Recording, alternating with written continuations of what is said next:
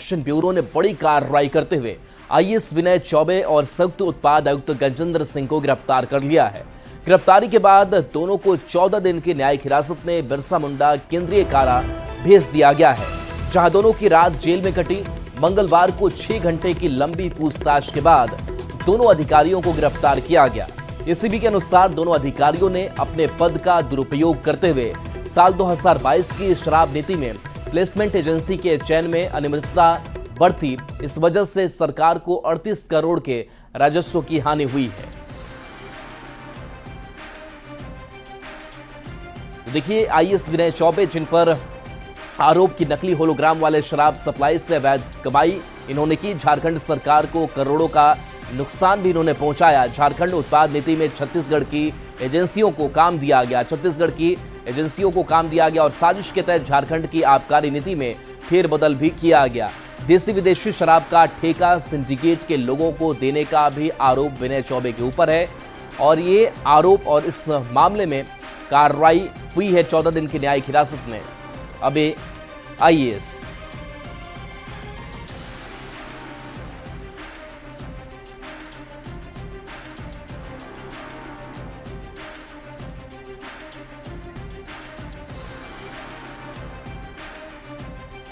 IAS Vinay Kumar Choubey और गजेंद्र सिंह की रात होटवार जेल में कटी। दोनों को होटवार के अपर डिवीजन सेल में रखा गया है।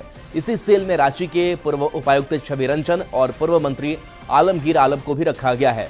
सूत्रों के मुताबिक जेल में विनय कुमार चौबे उदास रहे, किसी से बातचीत नहीं की।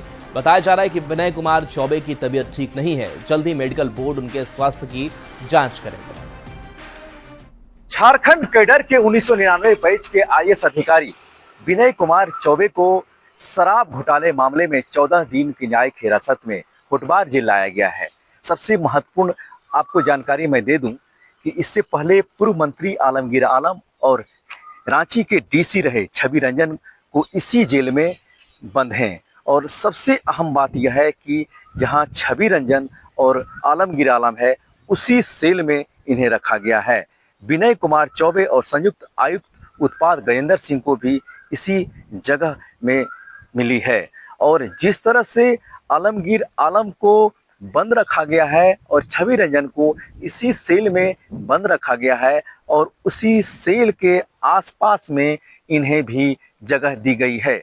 लेकिन सबसे अहम बात है कि कल होटवार जेल में उन्हें जब लाया गया था तो उनकी तबीयत ठीक नहीं थी और तबीयत खराब होने के साथ ही ये किसी से बातचीत भी नहीं कर रहे थे और लगातार इन पर जो है निगरानी रखी जा रही थी। लेकिन 14 दिन की न्यायिक हिरासत में हालांकि विनय कुमार चौबे से पूछताछ की जाएगी और क्या कुछ निकलने वाला है ये वक्त ही बताएगा। रांची से निरंजन। शराब घोटाला मामले में आईएएस अधिकारी विनय चौबे की गिरफ्तारी पर कांग्रेस ने प्रतिक्रिया दी है। पार्टी प्रवक्ता किशोरनाथ शाहदेव ने कहा कि कानून अपना काम करेगा। उन्होंने पहले की रघुवर सरकार की शराब नीति पर सवाल भी उठाए। बोलेंगे बीजेपी तो खुद रघुवर दास की सरकार में शराब बेचने का काम सरकार के द्वारा करा रहे थे। केंद्र की एजेंसियों पर भारतवर्ष के लोगों का कितना भरोसा है ये भी किसी से छुपा नहीं है। इसकी निष्पक्षता को लेकर लगातार हम संघर्ष कर रहे हैं और जो शराब नीति को लेकर चर्चाएं हो रही है तो जो काम कानून का है वो अपना कर रही है। आइए अब जानते हैं कि क्या है झारखंड में शराब घोटाले का यह पूरा मामला। तो बता दें कि जनवरी 2022 में उत्पाद नीति को बदलने का प्लान बना और 31 मार्च 2022 को नई शराब नीति लागू हो गई। नई शराब नीति में बदलाव कर फायदा पहुंचाने का आरोप है। यह आरोप छत्तीसगढ़ के शराब सिंडिकेट वालों को फायदा पहुंचाने का है। शराब सप्लाई में छत्तीसगढ़ के अधिकारी व्यापारी शामिल थे। छत्तीसगढ़ के अफसरों के साथ रायपुर में उत्पाद सचिव की बैठक हुई थी। तब आईएएस विनय चौबे ही तत्कालीन उत्पाद सचिव थे। रायपुर में एफआईआर के आधार पर ईडी ने ईसीआईआर किया था और आईएएस विनय चौबे, आईएएस गजेंद्र सिंह के यहां छापेमारी की और आखिरकार दोनों आईएएस अधिकारी गिरफ्तार हो गए। अब समझिए कि आईएएस विनय चौबे पर आरोप क्या है। तो आरोप है कि साजिश के तहत झारखंड की आबकारी नीति में फेरबदल की गई। देसी विदेशी शराब का ठेका सिंडिकेट के लोगों को देने का आरोप लगा। नकली होलोग्राम वाले शराब सप्लाई से अवैध कमाई का भी आरोप है। झारखंड सरकार को करोड़ों का नुकसान पहुंचाने का इन आईएएस के ऊपर आरोप है। तो आरोप है कि झारखंड उत्पाद नीति में छत्तीसगढ़ की एजेंसियों को काम दिया गया।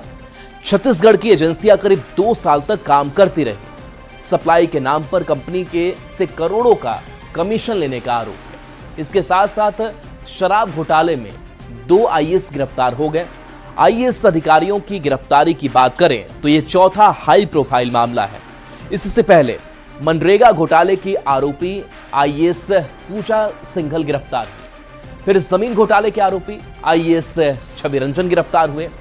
उसके बाद शराब घोटाले के आरोपी आईएएस विनय चौबे और आईएएस गजेंद्र सिंह की भी गिरफ्तार हो चुके हैं। तो इस तरीके से पूरा मामला सामने आया और ये झारखंड के चारों दागी चेहरे जो आईएएस के तौर पर काम करते रहे और कई बड़े आरोप इनके ऊपर लगे।